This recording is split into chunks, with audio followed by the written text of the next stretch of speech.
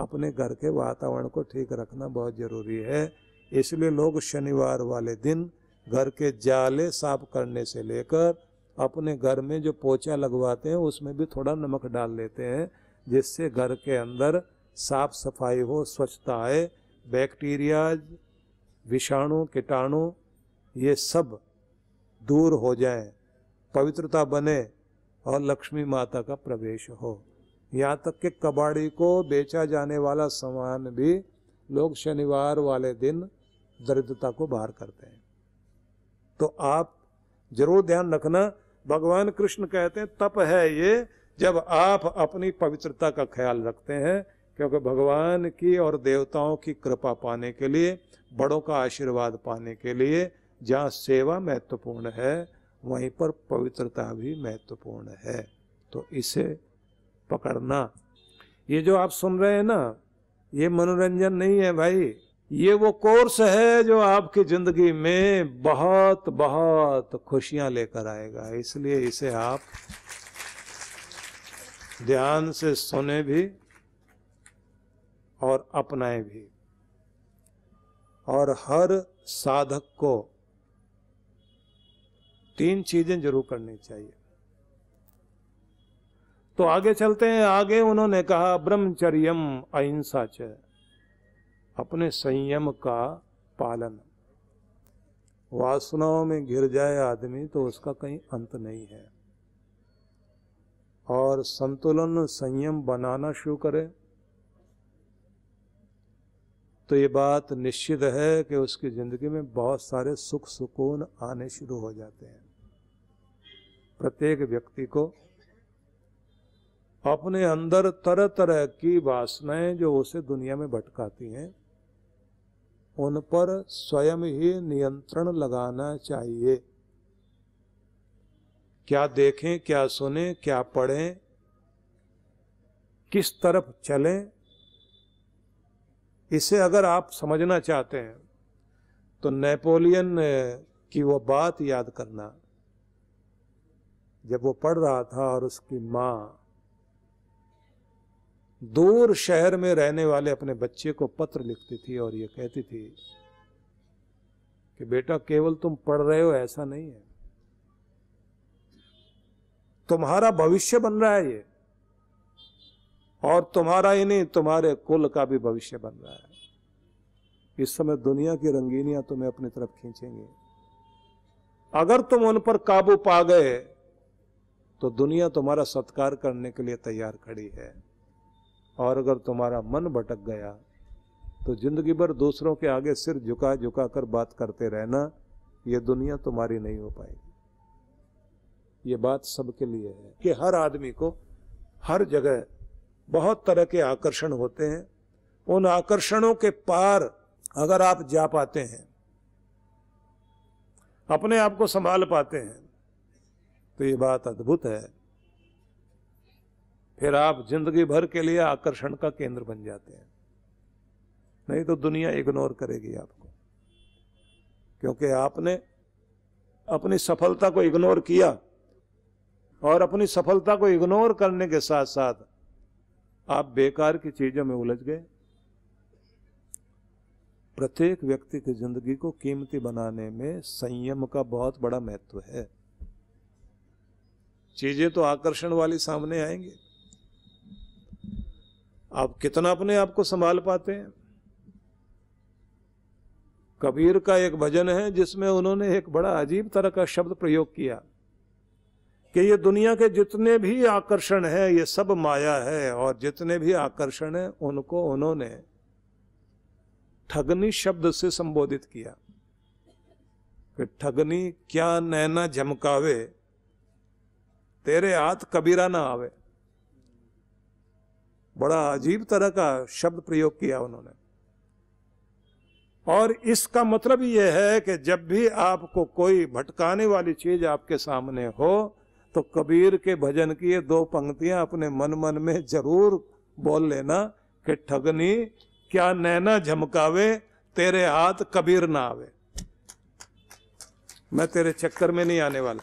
वेदों में भी एक मंत्र है इस, वहां क्या कहा गया, परोपे ही मनस पाप किम शस्तानि संससी, मेरे मन में उठने वाले पाप दूर हट, क्यों मुझे गिराने की कोशिश कर रहा है, मैं तुझसे गिरने वाला नहीं हूं।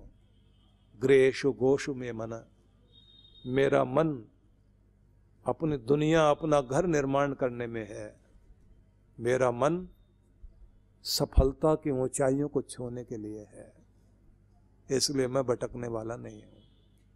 कृष्ण भगवान कहते हैं ये जो मन का संयम है ये बहुत बड़ा तप है और हर आदमी को ये सीखना चाहिए।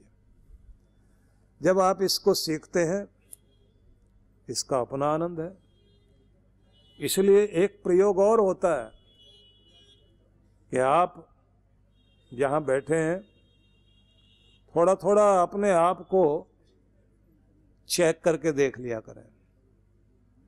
किसी के भड़काने से आप भड़कते तो नहीं, गुस्सा दिलाने से गुस्से में तो नहीं आते, किसी के कुछ कहने से आप पर कोई असर तो नहीं पड़ता। सबको चेक करते रहना चाहिए, इससे आपके अंदर के बड़प्पन का पता लगता है। कृष्ण भगवान ने कहा हर आदमी को तपस्वी होना चाहिए, यह शरीर का तप है। और इसी संबंध में उन्होंने एक शब्द और कहा है, अहिंसा च, और अहिंसा का पालन करना।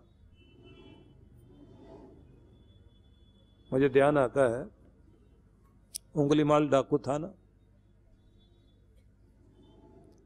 बुद्ध के कारण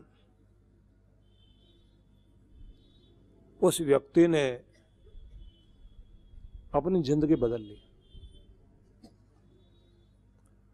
और ऐसा बदल गया कि उसके बाद जिसको राजा की फौज नहीं पकड़ पाई थी और जिसका डर बड़ा भारी था वो पूरा बदल गया। महात्मा बुद्ध के सब शिष्य भिक्षा मांगने जाते थे, तो एक दिन भिक्षुक, नाम था अहिंसक, भीख मांगने गया। जैसे उसने घरों के सामने जाकर भिक्षाम देही कहा, लोगों ने डंडा उठाया, मारना शुरू कर दिया। जिधर जाए भिक्षाम देही कहे, उधर के ही मोहल्ले वाले डंडा लेकर आए और मारना शुरू करें। किसी ने महात्मा बुद्ध को सूचना दी, वो भागते हुए आए, डंडा चलाने वालों के बीच में आ गए, एक दो डंडे उनको भी लग गए।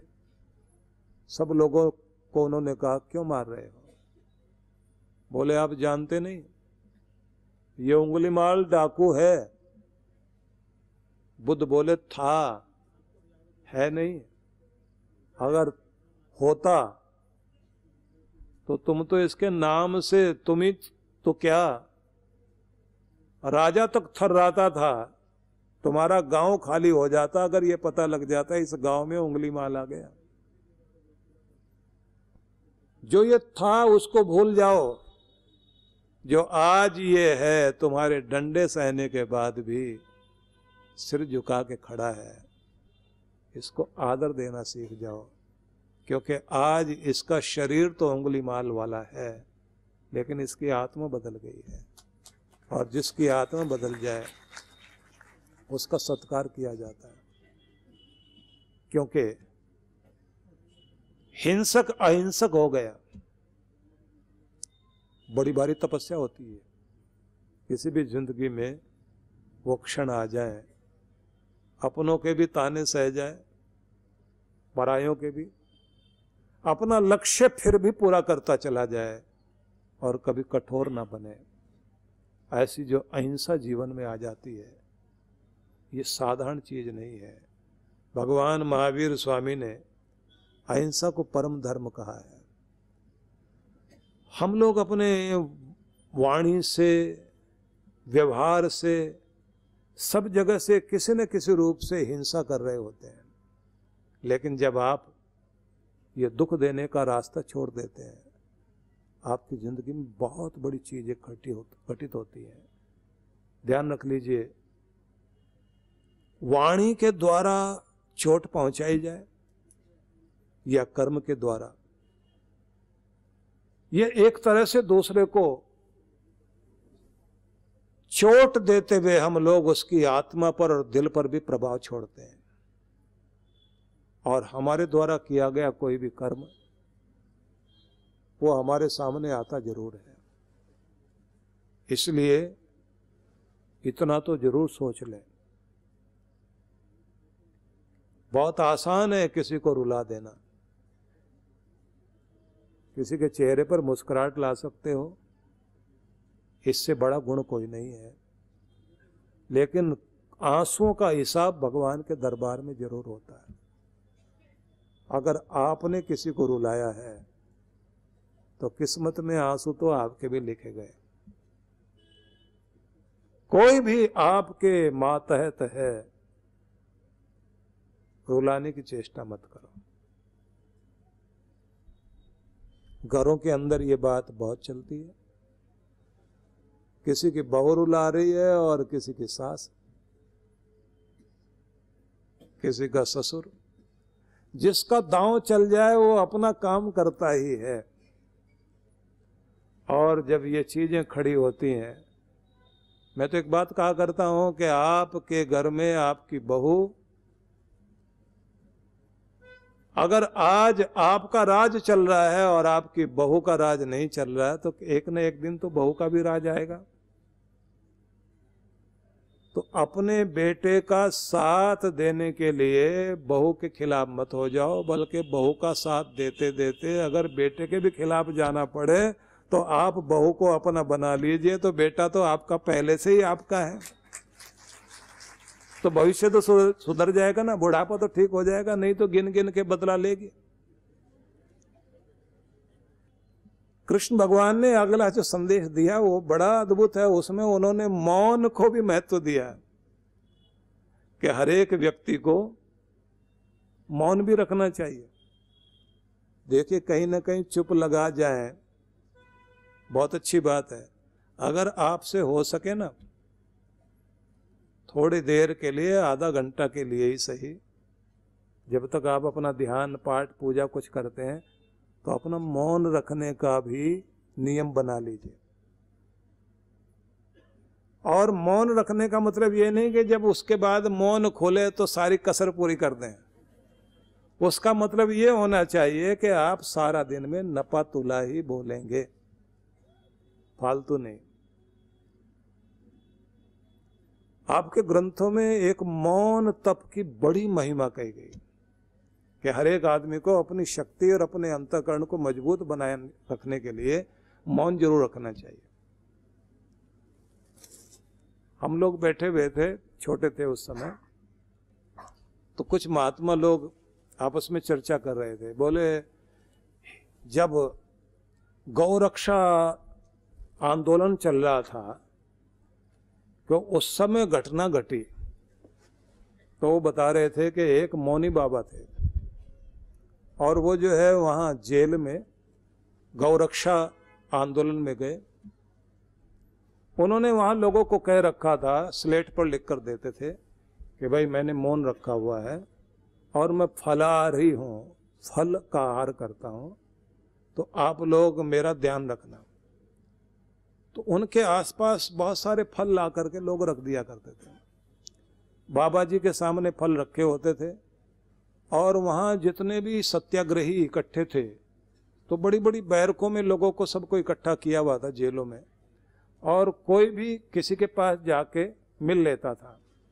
तो उन बाबा जी के पास लोग ज़्यादा आते थे मिलने के लिए, और वो मत्था टेकते थे और बाबा जी खुश होकर 2 केले जो है उठाकर उनको प्रसाद में देते थे।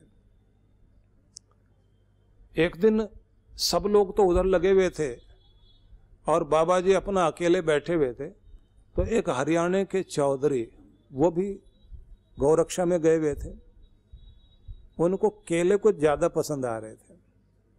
वो बार बार जाएं और वहाँ मत्था टेकें और 2 केले बाबा जी प्रसाद में दें, तो वो लेकर उठे वहाँ से और उधर कोने में जाके खा के फिर मत्था टेकें। अब बाबा जी के आधे से ज़्यादा केले खत्म हो गए। इन्होंने फिर जाकर देखा कि बस 4 केले और बचे हैं, 2 बार मत्था और टेकने की जरूरत है। इधर बाबा जी भी देख रहे हैं कि ये 4 जो बचे हैं, अब कोई मत्था टेकने वाला ना आ जाए, कम से कम इससे जो है आज रात का तो काम चल जाएगा।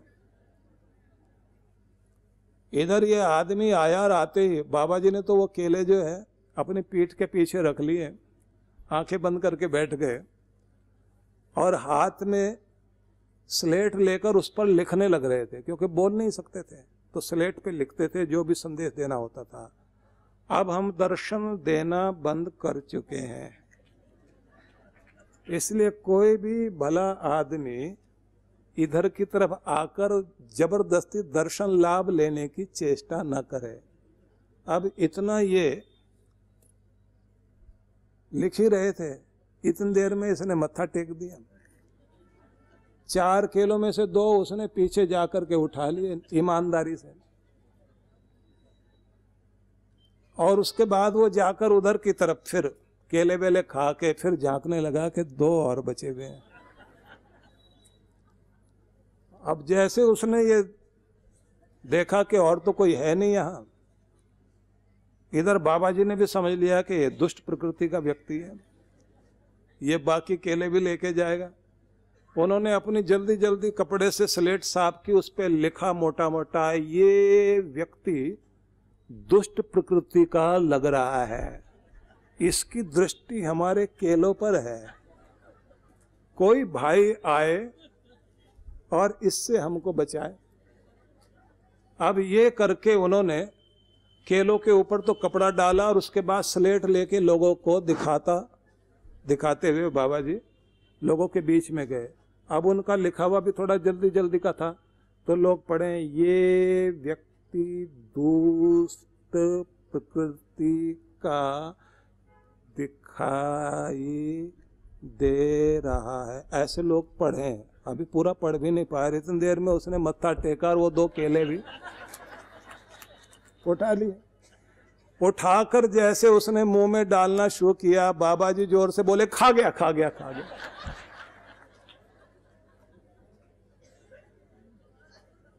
निकल गया सारा मौन। उसके बाद वो माथा पीटे बाबा जी। लोगों ने पूछा, केले ही तो खाए हैं। बोले, 12 साल का मौन तोड़वा दिया दुष्ट ने। हमने इतना कभी कुछ भी परिस्थिति आई हो, हमने अपना मौन नहीं खोला, केलों के नाम पर ही कर दिया इसने कल्याण।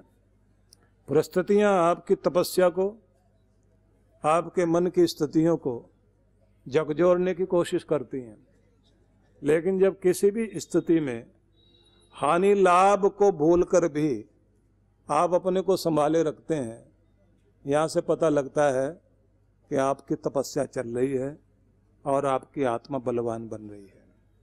अगले प्रकरण में कल प्रवेश करेंगे। यहाँ तक की चर्चा के साथ ही आज की चर्चा को विश्राम की तरफ ले चलते हैं। गुरु बिन ज्ञान न होत है, गुरु बिन दिशा अजान, गुरु बिन इंद्रिय ना सधे, गुरु बिन बढ़े न शान। जीवन का पथ जहाँ से शुरू होता है वो राह दिखाने वाला ही गुरु होता है। गुरु ही वो शख्स हैं जो आपके और परमात्मा के बीच बांध का काम करते हैं और आपको उनसे साक्षात्कार करवाते हैं। हम ऐसे प्यारे गुरुवर को शत शत नमन करते हैं। परम पूज्य सद्गुरुदेव श्री सुधांशु जी महाराज एवं डॉक्टर अर्चिका दीदी जी के पावन सानिध्य में 18 से 21 जुलाई 2024 गुरु पूर्णिमा महोत्सव। मान्यता है कि इस दिन गुरु के दर्शन मात्र से ही आपका भाग्य बदल जाता है, और यदि गुरु की मेहर भरी नजर आप पर पड़ गई तो आपका कल्याण निश्चित है। आइए इस दिन गुरु की विशेष कृपा पाने के लिए जुड़े हमारे साथ। कार्यक्रम की रूपरेखा। शुभारंभ 18 जुलाई सायं 5 बजे से सत्संग। 19 जुलाई प्रातः 8 से 10 बजे गुरु मंत्र सिद्धि साधना। सायं 5 बजे से सत्संग। 20 जुलाई प्रातः 8 से 10 बजे गुरु मंत्र सिद्धि साधना। 10 से 11 बजे तक गुरु मंत्र दीक्षा। 11 बजे से दिव्य शक्तिपात क्रिया। सायं 5 बजे से सत्संग। 21 जुलाई प्रातः 8 बजे से गुरु दर्शन। एवं गुरु पूर्णिमा सत्संग। स्थान शक्ति टेंट द गोल्डन डेकोर, नजदीक जापानी पार्क, सेक्टर 12, रोहिणी, दिल्ली 110085। आयोजक विश्व जागृति मिशन। ऑनलाइन ऑफलाइन गुरु मंत्र सिद्धि साधना के लिए संपर्क करें। आप सभी इस कार्यक्रम में सपरिवार सादर आमंत्रित हैं।